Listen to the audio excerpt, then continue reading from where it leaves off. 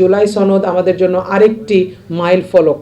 জুলাই সনদে যে পরিবর্তনগুলোর কথা বলা হয়েছে, যে যুগান্তকারী প্রস্তাবগুলো জুলাই সনদে এসছে, এইগুলো যেমন একটা দুটো যদি একটু বলতে চাই আমি, এক্ষেত্রে কালো টাকা সাদা করার ব্যাপারে যে কথাগুলো এসছে জুলাই সনদে, এই কথাগুলো এত বলিষ্ঠতার সাথে, এত সাহসিকতার সাথে বাংলাদেশের কোনো রাজনীতিবিদ এর আগে বলতে পারেন নাই। প্রধান বিচারপতি সিলেকশন থেকে শুরু করে রাষ্ট্রপতির ক্ষমার যে এখতিয়ার, সেটাকে ন্যারো ডাউন করা হয়েছে জুলাই সনদে। এবং এরকম আরও অনেক, এটা নিয়ে লম্বা কথা বললে অনেক কথা বলা যাবে, এরকম আরও অনেকগুলো খুবই সিগনিফিকেন্ট এবং খুবই ইম্পর্টেন্ট কিছু চার্টার জুলাই সনদে আমরা পাই, যেগুলো বাংলাদেশের রাজনীতিকে ইনশাআল্লাহ একটা আমূল পরিবর্তন দেখতে সাহায্য করবে।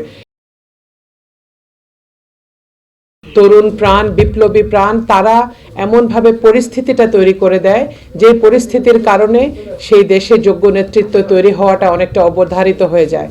আমরা যদি চিন্তা করি আমাদের দেশের বিগত কয়েক বছরের যে ঘটনাগুলো ঘটেছে, সেখানে যদি আমরা দেখি যে আমাদের দেশে 24-এর বিপ্লব, 24-এর অভ্যুত্থান একটি নতুন পরিস্থিতি আমাদেরকে উপহার দিয়েছে, যে পরিস্থিতির কারণে আমরা বেশ কিছু ভালো এবং পজিটিভ আপাত দৃষ্টিতে পরিবর্তন আমরা দেখতে পাচ্ছি। এবং এই পরিবর্তনগুলোই আমাদেরকে ইন্ডিকেশন দিচ্ছে যে আমাদের দেশে এখন যোগ্য নেতৃত্ব তৈরি হওয়া কত প্রয়োজন। আমরা জানি আমাদের দেশে পুরাতন রাজনৈতিক দলের কিছু পুরাতন বন্দোবস্ত ছিল, যেখানে আমরা জানতাম যে শুধুমাত্র হয় এই দল অথবা সেই দল ছাড়া বুঝি আমাদের আর কোনো অপশন নাই। কিন্তু বাংলাদেশের পরিবর্তিত পরিস্থিতিতে আমরা দেখছি এই পুরাতন রাজনৈতিক বন্দোবস্ত থেকে আমাদের দেশের মানুষ বের হয়ে এসছে। আমাদের দেশের মানুষ এখন নতুন নতুন রাজনৈতিক মুখ তারা দেখতে পাচ্ছেন, নতুন নতুন প্রমিস, নতুন নতুন ওয়াদা, এবং অনেক শক্তিশালী তরুণ সমাজ বাংলাদেশের রাজনীতিতে এগিয়ে আসছে। এই পজিটিভ পরিবর্তনটি আমাদের যোগ্য নেতৃত্ব তৈরির ময়দানের জন্য অনেক বড় একটি ইন্ডিকেশন। দ্বিতীয়, যদি আমি আমাদের আরেকটা পজিটিভ পরিবর্তন আমরা দেখি বিগত 24-এর পরে, সেটা হচ্ছে বাংলাদেশের মানুষ আগের যে কোনো সময়ের থেকে এখন বেশি পরিমাণে রাজনৈতিকভাবে সচেতন। এখন আর আমাদের দেশের মানুষকে শুধুমাত্র বিরিয়ানি বা শুধুমাত্র দিন শেষে একটি মিছিলের শেষে একটা ছোট্ট টাকার নোট দিয়ে তাদেরকে রাজনৈতিকভাবে বোঝাপড়া তাদের সাথে করাটা সম্ভব না। বাংলাদেশের মানুষ, আপামর জনসাধারণ, আপামর নাগরিক, শিক্ষিত, অর্ধশিক্ষিত, অল্প শিক্ষিত সমস্ত মানুষ এখন অনেক বেশি সচেতন হয়েছে রাজনীতির ব্যাপারে। কারণ আমাদের দেশে এখন রাজনৈতিক যে লড়াইটা হচ্ছে, ইভেন আমরা যে ভোটের জন্য, যে নির্বাচনের জন্য আমরা অপেক্ষা করছি, আমরা দেখতে পাচ্ছি অন্য যে কোনো সময়ের নির্বাচনের চেয়ে এবার 2026-এর নির্বাচনটি একটি যোগ্যতা ভার্সেস যোগ্যতার লড়াইয়ের নির্বাচন হতে যাচ্ছে ইনশাআল্লাহ। এখানে প্রতিটি প্রার্থী, আমি যে আসনের ভোটার, আমি সেই আসনে দেখছি আমি একাধারে অনেকগুলো যোগ্য প্রার্থীকে পেয়েছি। আমার জন্য এটা চিন্তার একটা বিষয় হয়েছে যে আমি কোন যোগ্য প্রার্থীকে আরেকজনের যোগ্যতার থেকে প্রায়োরিটি দিব। এটা একসময় বাংলাদেশের এই কনটেক্সটে এটা ছিল না। একসময় আমরা অনেক অযোগ্যতার ভিড়ে যোগ্যতা খুঁজতাম এবং অনেকটা হতাশ হয়ে ভোট দিতে যেতাম। এই পার্সপেক্টিভ, যে এই পরিপ্রেক্ষিত যেটা চেঞ্জ হয়েছে, এটাও আমাদের দেশের জন্য একটা অনেক বড় পজিটিভ পরিবর্তন এনেছে যোগ্য নেতৃত্ব নির্বাচনের ক্ষেত্রে। আরও একটা পজিটিভ পরিবর্তনের কথা আমি বলতে চাই, সেটা হচ্ছে বাংলাদেশে এখন ইয়াং জেনারেশন, তরুণ প্রজন্ম, জুলাইয়ের প্রজন্ম যারা যুদ্ধে নেমেছে, যারা প্রাণ দিয়েছে, তাদের একটা বড় সংখ্যক নাগরিক বাংলাদেশের রাজনীতিতে একেবারে ফ্রন্ট লাইনে তারা কাজ করছেন। তারা দেশের মানুষকে নিয়ে কাজ করছে, তারা রাজনীতি নিয়ে পড়াশোনা করছে, তারা দেশের মানুষের মুক্তি নিয়ে কথা বলছে, সুন্দর সুন্দর প্রতিশ্রুতি আমাদেরকে দিচ্ছে। এই ইয়াং জেনারেশনের এগিয়ে আসাটা আমাদের দেশের রাজনৈতিক ইতিহাসে একটি অনেক বড় অ্যাডিশন, একটি অনেক বড় উপহার আমাদের জন্য। এইখানে এই জেনারেশনটাকে, যাদেরকে আমরা গত কয়েক বছর আগেও আই হেট পলিটিক্স সিনড্রোমে ভুগতে দেখতাম, সেই ইয়াং জেনারেশন এখন রাজনীতি নিয়ে পড়াশোনা করছে এবং তারা আমাদের থেকেও বেশি উদ্যম এবং প্রাণ নিয়ে রাজনীতিতে এগিয়ে আসছে। এরপরে আরও যদি আরেকটা ভালো পজিটিভ পরিবর্তনের কথা আমরা বলি, যেটা আমাদের 24-এর পরে হয়েছে, সেটা হচ্ছে এখন বাংলাদেশে বর্তমানে বাংলাদেশের সাধারণ নাগরিকদের মতামতকে যথেষ্ট গুরুত্ব দেওয়া হচ্ছে। যদিও এটার কিছু রিস্কস আমরা দেখতে পাচ্ছি, কিন্তু তারপরেও বেশিরভাগ ক্ষেত্রে এমন হচ্ছে বাংলাদেশের সাধারণ মানুষ তাদের মতামত জানাতে পারছে, তাদের মতামতের জন্য তারা রাস্তায় রাজপথে একত্র হতে পারছে, শান্তিপূর্ণভাবে তারা দাবি আদায়ের জন্য কাজ করছে, সোচ্চার হচ্ছে, এবং এটা দেশের ওভারঅল রাজনৈতিক পরিস্থিতিতে একটা পজিটিভ ভূমিকা পালন করছে। এবং এটার কারণে পরিবর্তনগুলো আমাদের জন্য সহজ হচ্ছে। আমরা দেখতে পাচ্ছি পরিবর্তনগুলো মানুষের দাবির কারণে পরিবর্তনগুলোকে সরকার ব্যবস্থা পর্যন্ত সহজভাবে সুন্দরভাবে গ্রহণযোগ্যতা দিচ্ছেন।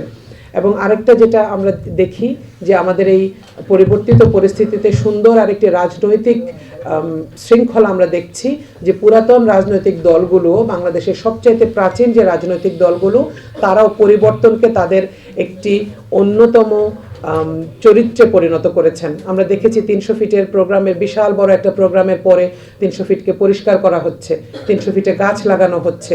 এই পরিবর্তনগুলো বড় বড় রাজনৈতিক দলগুলো করছে, যেগুলো আবার আমাদের তরুণ প্রজন্মের জন্য সুন্দর সুন্দর কিছু উদাহরণ হিসেবে প্রতিষ্ঠা পাচ্ছে।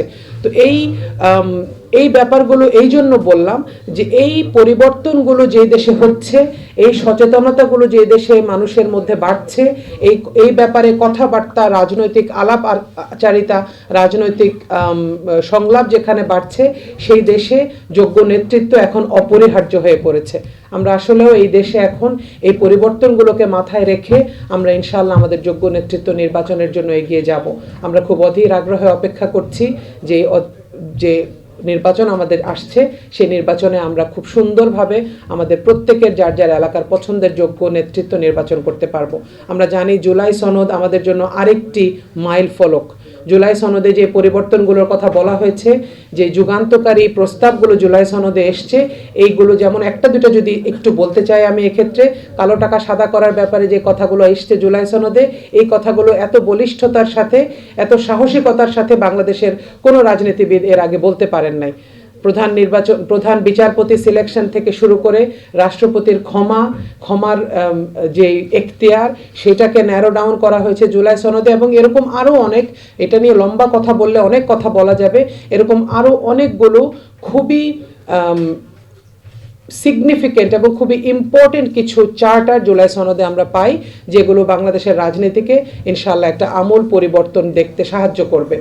এই কাজগুলো, এই চিন্তাগুলোকে মাথায় রেখে যারাই এই দেশে এই মুহূর্তে রাজনীতিতে আসবেন, যারাই এই মুহূর্তে এই দেশে বাংলাদেশের মানুষকে কনভিন্স করতে চাইবেন যে আমি একটা ভালো রাজনীতি আপনাদেরকে উপহার দেব, আমি একটা ভালো শাসন আপনাদেরকে উপহার দেব, তাকে এই জিনিসগুলো নিয়ে পড়াশোনা করতে হবে, জানতে হবে, এবং অটোমেটিক্যালি তাকে বাংলাদেশের মানুষের কাছে এই বিষয়গুলোকে প্রেজেন্ট করতে পারলে তিনি একজন জনপ্রিয় নেতা হতে পারবেন। বাংলাদেশে যোগ্য নেতৃত্ব তৈরির ক্ষেত্রে আমাদের জন্য যে কোনো উদাহরণ নাই তা কিন্তু না।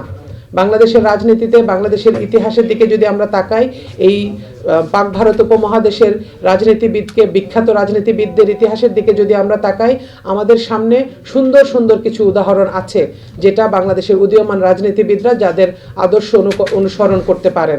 আমরা আমাদের শেরে মহীশূর, আমাদের টিপু সুলতানের কথা জানি, যিনি খুব সুন্দর করে একটা কথা বলেছিলেন যে শিয়ালের মতন 100 বছর বাঁচার চেয়ে সিংহের মতো একদিন বেঁচে থাকা শ্রেয়।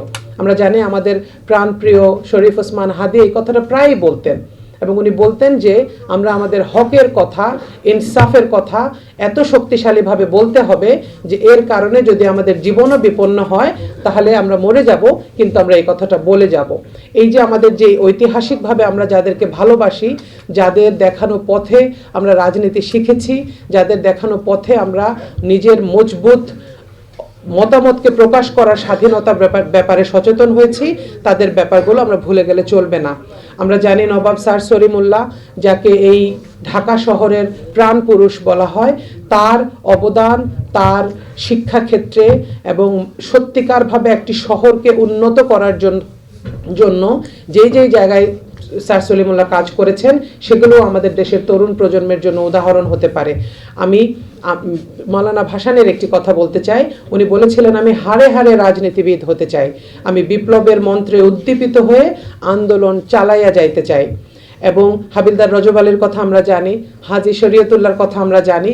এই রাজনৈতিক উদাহরণগুলো যখন আমাদের দেশের যারা ভালো রাজনীতিবিদ হতে চাচ্ছেন, যারা যোগ্য রাজনীতিবিদ হতে চাচ্ছেন, যারা একটি সুষ্ঠু নির্বাচনের মাধ্যমে ইনসাফের রাষ্ট্র কায়েম করতে চাচ্ছেন, তাদের সবার সামনে বাংলাদেশের এই আদর্শগুলো একেবারে পরিষ্কারভাবে থাকা উচিত। তাদেরকে নিয়ে আমরা পড়াশোনা করব, তাদেরকে নিয়ে আমরা নিজেরাও নাগরিক হিসেবে জানব, এবং আমাদের এই সচেতনতায় ইনশাআল্লাহ একসময় আমাদের দেশের সুষ্ঠু নির্বাচন থেকে শুরু করে সৎ নেতৃত্ব নির্বাচন থেকে শুরু করে সমস্ত কাজকে সহজ করবে, এবং বাংলাদেশ একটি সুন্দর ইনসাফের সমাজ ব্যবস্থা, রাষ্ট্র ব্যবস্থা উপহার পাবে ইনশাআল্লাহ। আমি আমার বক্তব্য শেষ করছি। আসসালামু আলাইকুম। changetv.press, এক ফোঁটা হলুদও নেই।